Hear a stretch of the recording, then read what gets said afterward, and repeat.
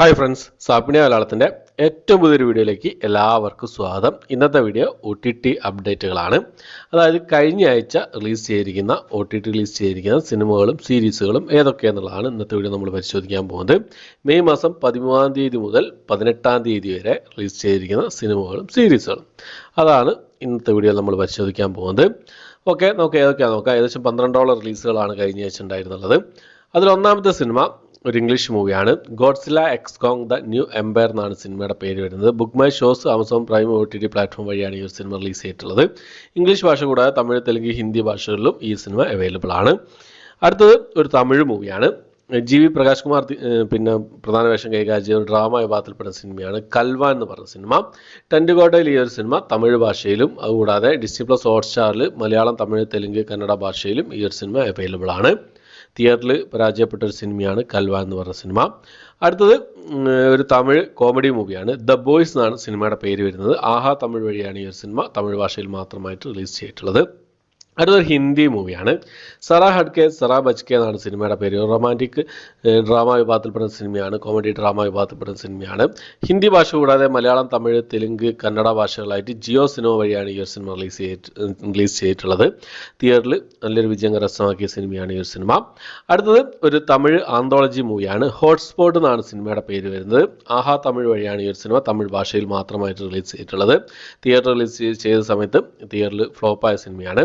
ഈ സിനിമ ഞാൻ കണ്ട് റിവ്യൂ ചെയ്തിട്ടുണ്ട്. അപ്പോൾ എൻ്റെ അഭിപ്രായത്തിൽ നല്ലൊരു സിനിമയായിട്ടാണ് എനിക്ക് തോന്നിയത്. 4 കഥകൾ അടങ്ങുന്ന ഒരു ആന്തോളജി മൂവിയാണ്. ഓക്കെ, അപ്പോൾ അടുത്ത ഒരു ഹിന്ദി മൂവിയാണ്. ബക്സർ ദ നെക്സ്റ്റൽ സ്റ്റോറി എന്നാണ് സിനിമയുടെ പേര് വരുന്നത്. ഒരു ആക്ഷൻ ഡ്രാമ വിഭാഗത്തിൽപ്പെടുന്ന ഒരു ഹിന്ദി മൂവിയാണ്. C5 വഴി ഈ ഒരു സിനിമ ഹിന്ദി ഭാഷയിൽ മാത്രമായിട്ട് റിലീസ് ചെയ്തിട്ടുണ്ട്. ഹിന്ദിയിലും തെലുങ്കിലും ആയിട്ടാണ് റിലീസ് ചെയ്തിട്ടുള്ളത്. ഈ സിനിമയുടെ മലയാളം, തമിഴ് വേഷനൊക്കെ അടുത്ത ദിവസങ്ങളിൽ റിലീസ് ചെയ്യുന്നതായിരിക്കും. തിയേറ്ററിൽ പരാജയപ്പെട്ടൊരു സിനിമയാണ് ഈ ഒരു സിനിമ. അടുത്തത് മലയാളത്തിൽ നിന്ന് റിലീസ് ചെയ്ത ഒരു സിനിമയാണ്. നമ്മുടെ പിന്നെ ടൊവിനോ തോമസ് പ്രധാന വേഷം കൈകാര്യം ചെയ്ത ഒരു അവാർഡ് മൂവിയായിരുന്നു. IFK പ്രദർശിപ്പിച്ച സിനിമയായിരുന്നു വഴക്ക് എന്ന സിനിമ. ഫേസ്ബുക്ക് വഴിയാണ് ഈ ഒരു സിനിമ റിലീസ് ചെയ്തതല്ല. ഇതിൻ്റെ സംവിധായകനായ സനൽകുമാർ ശശിധരൻ എന്താ പറയുക പോസ്റ്റ് ചെയ്തതാണ്. അത് വിവാദങ്ങളൊക്കെ ആയതായിരുന്നു സംഭവം. അവസാനം പിന്നീട് ഈ ഒരു സിനിമ അതിൽ നിന്ന് റിമൂവ് ചെയ്യുകയും ചെയ്തിട്ടുണ്ട്. വഴക്ക് ഇപ്പോൾ സൈറ്റുകളിലൊക്കെ അവൈലബിൾ ആണ്. ഓക്കെ, അടുത്തത് വിദ്യ വാസുല അഹം എന്ന് പറഞ്ഞ തെലുങ്ക് റൊമാൻറ്റിക് കോമഡി ഡ്രാമ വിഭാഗത്തിൽപ്പെടുന്ന സിനിമയാണ്. ആഹാ തെലുങ്ക് വഴിയാണ് ഈ ഒരു സിനിമ തെലുങ്ക് ഭാഷയിൽ മാത്രമായിട്ട് റിലീസ് ചെയ്തിട്ടുള്ളത്. അടുത്തൊരു സീരീസാണ്, ഒരു ആനിമേഷൻ സീരീസാണ്. ബാഹുബലി ക്രൗൺ ഓഫ് ബ്ലഡ് എന്നാണ് സീരീസിൻ്റെ പേര് വരുന്നത്. ഈ ഒരു സിനിമ സീരീസിൻ്റെ 2 എപ്പിസോഡുകൾ റിലീസ് ചെയ്തിട്ടുണ്ട്. ഹിന്ദി ഭാഷ കൂടാതെ തമിഴ്, തെലുങ്ക്, മലയാളം, കന്നഡ ഭാഷകളായിട്ട് 2 എപ്പിസോഡുകൾ Disney+ ഹോട്ട്സ്റ്റാർ വഴി റിലീസ് ചെയ്തിട്ടുണ്ട്. മറ്റുള്ള എപ്പിസോഡുകൾ അടുത്ത ആഴ്ചകളായിട്ട് ഓരോ എപ്പിസോഡുകളായിട്ട് റിലീസ് ചെയ്യുന്നതായിരിക്കും. ഓക്കെ, അപ്പോൾ അടുത്തത് ഒരു സീരീസാണ്, ഒരു കൊറിയൻ സീരീസാണ്. ദ 8 ഷോ എന്നാണ് സീരീസിൻ്റെ പേര് വരുന്നത്.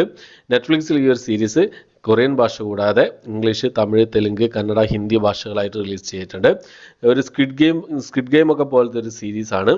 ഞാൻ കാണണമെന്ന് വിചാരിക്കുന്ന സീരീസ് ആണ്. ഒരു എപ്പിസോഡ് കണ്ടിട്ടുണ്ട്. മറ്റുള്ള എപ്പിസോഡുകൾ കണ്ടതിന് ശേഷം നിങ്ങൾക്ക് വലിയ റിവ്യൂ എത്തിക്കാൻ ശ്രമിക്കുന്നതാണ്. അടുത്തൊരു തെലുങ്ക് മൂവിയാണ്. സത്യദേവ് പ്രധാന വേഷം കൈകാര്യം ചെയ്ത തെലുങ്ക് മൂവിയായിരുന്നു കൃഷ്ണമ്മ എന്ന് പറഞ്ഞ സിനിമ. കഴിഞ്ഞ ആഴ്ച തിയേറ്റർ റിലീസ് ചെയ്ത സിനിമയാണ്. ഒരാഴ്ചയ്ക്കുള്ളിൽ തന്നെ ഈ ഒരു സിനിമ ആമസോൺ പ്രൈം വഴി റിലീസ് ചെയ്തിരിക്കുകയാണ്. തെലുങ്ക് ഭാഷ മാത്രമേ അവൈലബിൾ ആയിട്ടുള്ളൂ. ഓക്കെ, അടുത്തത് ഒരു കന്നഡ മൂവിയുടെ ഡബ്ഡ് വേഷനാണ്. യുവ എന്നാണ് സിനിമയുടെ പേര് വരുന്നത്. ഈ സിനിമ കുറച്ച് കാലങ്ങൾക്ക് മുമ്പേ ആമസോൺ പ്രൈമിൽ കന്നഡ ഭാഷയിൽ മാത്രമായിട്ട് റിലീസ് ചെയ്തതാണ്. ഇപ്പോൾ ഈ സിനിമയുടെ ഹിന്ദി, തമിഴ്, തെലുങ്ക്, മലയാളം ഭാഷകൾ റിലീസ് ചെയ്തിട്ടുണ്ട്.